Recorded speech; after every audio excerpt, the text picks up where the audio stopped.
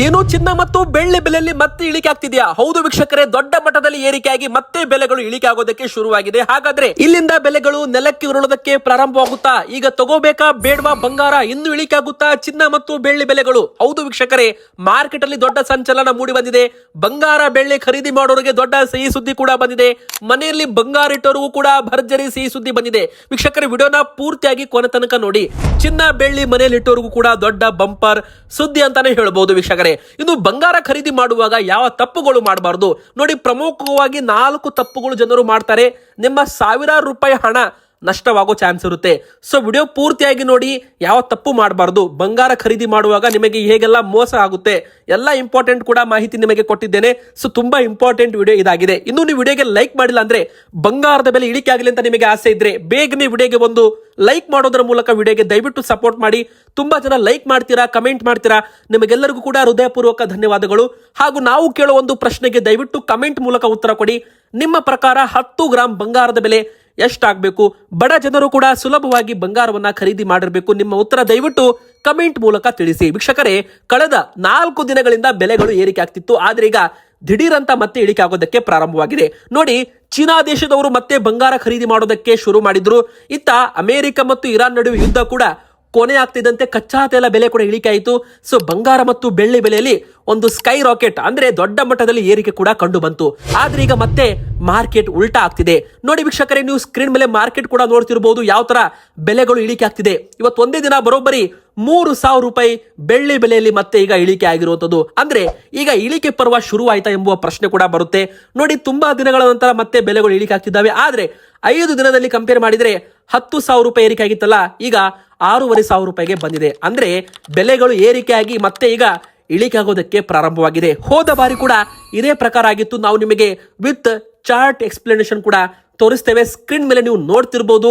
ಮೊದಲಿಗೆ 3 ತಿಂಗಳಲ್ಲಿ ಕಂಪೇರ್ ಮಾಡಿದರೆ ಈಗಲೂ ಕೂಡ 70,000 ರೂಪಾಯಿ ಬೆಲೆ ಇಳಿಕೆಯಲ್ಲಿದೆ. ಅಂದ್ರೆ 3 ತಿಂಗಳ ಹಿಂದೆ ಅಂದ್ರೆ ಮೇ ತಿಂಗಳಲ್ಲಿ 3 ಲಕ್ಷ ರೂಪಾಯಿ ಇದ್ದ ಬೆಳ್ಳಿ ಈಗ 2,35,000 ರೂಪಾಯಿ ಹತ್ರ ಇದೆ.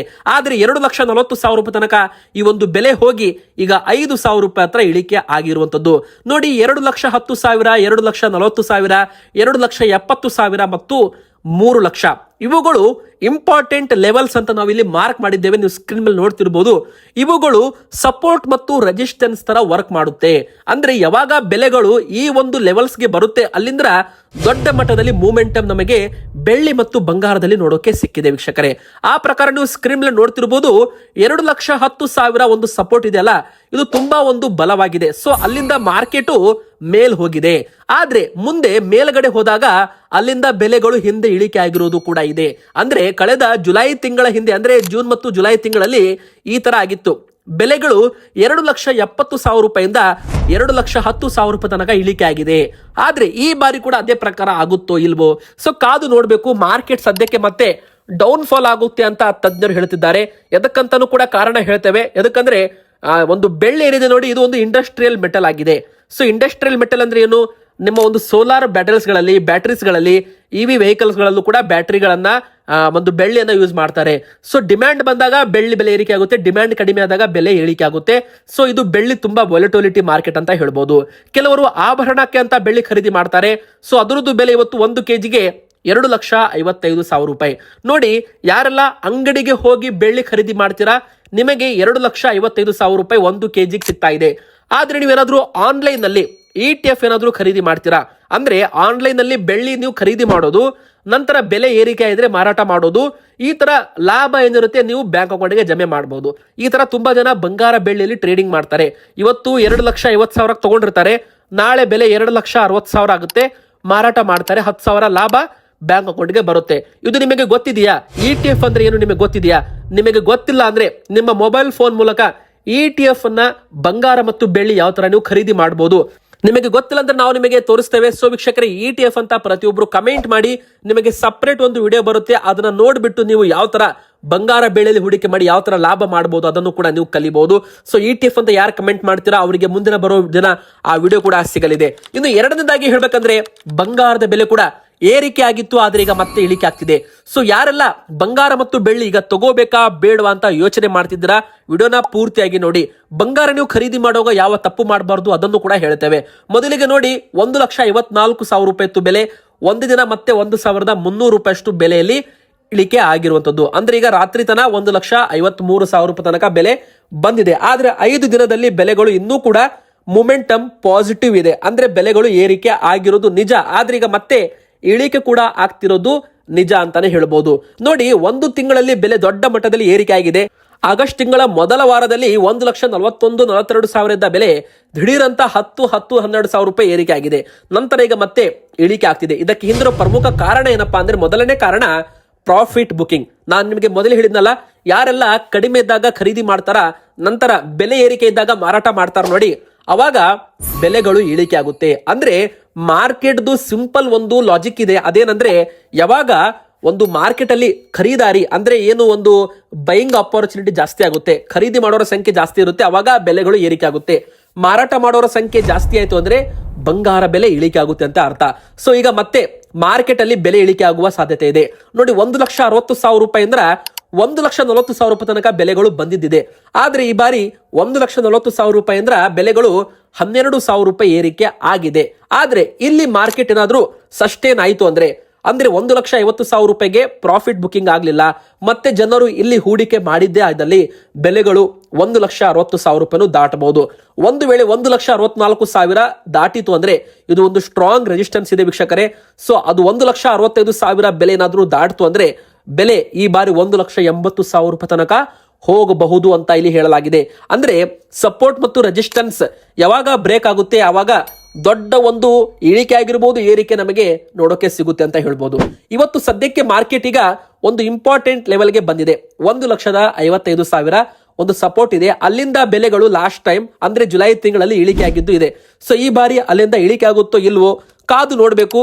ಇನ್ನೊಂದು ಕಡೆಗೆ ಅಮೆರಿಕನ್ ಡಾಲರ್ ಏನಿದೆ ನೋಡಿ, ವೀಕ್ ಆಗ್ತಾ ಇದೆ. ಅಂದ್ರೆ ಯಾವಾಗ ಡಾಲರ್ ವೀಕ್ ಆಗುತ್ತೆ, ಬಂಗಾರ ಬೆಳ್ಳಿ ಮಾರ್ಕೆಟ್ ಅಲ್ಲಿ ದೊಡ್ಡ ಮಟ್ಟದಲ್ಲಿ ಬೆಲೆ ಏರಿಕೆ ನೋಡೋಕೆ ಸಿಗುತ್ತೆ. ಸದ್ಯಕ್ಕೆ ಡಾಲರ್ ಸ್ವಲ್ಪ ವೀಕ್ ಆಗಿದೆ. ಎರಡನೇದಾಗಿ ಪ್ರಮುಖ ಕಾರಣ ಕಚ್ಚಾ ತೈಲ ಬೆಲೆ ಏನಿದೆ ನೋಡಿ, ಅದು ಕೂಡ ಇಳಿಕೆ ಆಗ್ತಿದೆ. ಸೊ ಇಲ್ಲಿ ಬಂಗಾರ ಬೆಳ್ಳಿ ಬೆಲೆಯಲ್ಲಿ ಏರಿಕೆ ಆಗ್ತಿದೆ. ಇನ್ನು ಮೂರನೇ ಕಾರಣ ಏನಪ್ಪಾ ಅಂದ್ರೆ, ಚೀನಾ ಮತ್ತು ಬೇರೆ ಬೇರೆ ದೇಶದವರು ಮತ್ತೆ ಬಂಗಾರ ಖರೀದಿ ಮಾಡಲು ಮುಂದಾಗ್ತಿದ್ದಾರಂತೆ. ಸೊ ಇದು ಕೂಡ ಕಾರಣ ಬಂಗಾರ ಬೆಲೆ ಏರಿಕೆಗೆ. ಆದ್ರೆ ಈಗ ಮತ್ತೆ ಬೆಲೆಗಳು ಇಳಿಕೆ ಆಗ್ತಿದ್ದಾವೆ. ಒಂದೇ ದಿನ 940 ರೂಪಾಯಿ ಬೆಲೆ ಇಳಿಕೆ ಆಗಿದೆ. ನಿನ್ನೆ 1,16,000 ದಾಟಿದ್ದ ಬೆಲೆ ಈಗ 1,15,200 ರೂಪಾಯಿ ಆಗಿದೆ. ಇದು 18 ಕ್ಯಾರೆಟಿನ 10 ಗ್ರಾಮ್ ಚಿನ್ನದ ಬೆಲೆ. 18 ಕ್ಯಾರೆಟ್ ಅಂದ್ರೆ ಇದು ಆಭರಣ.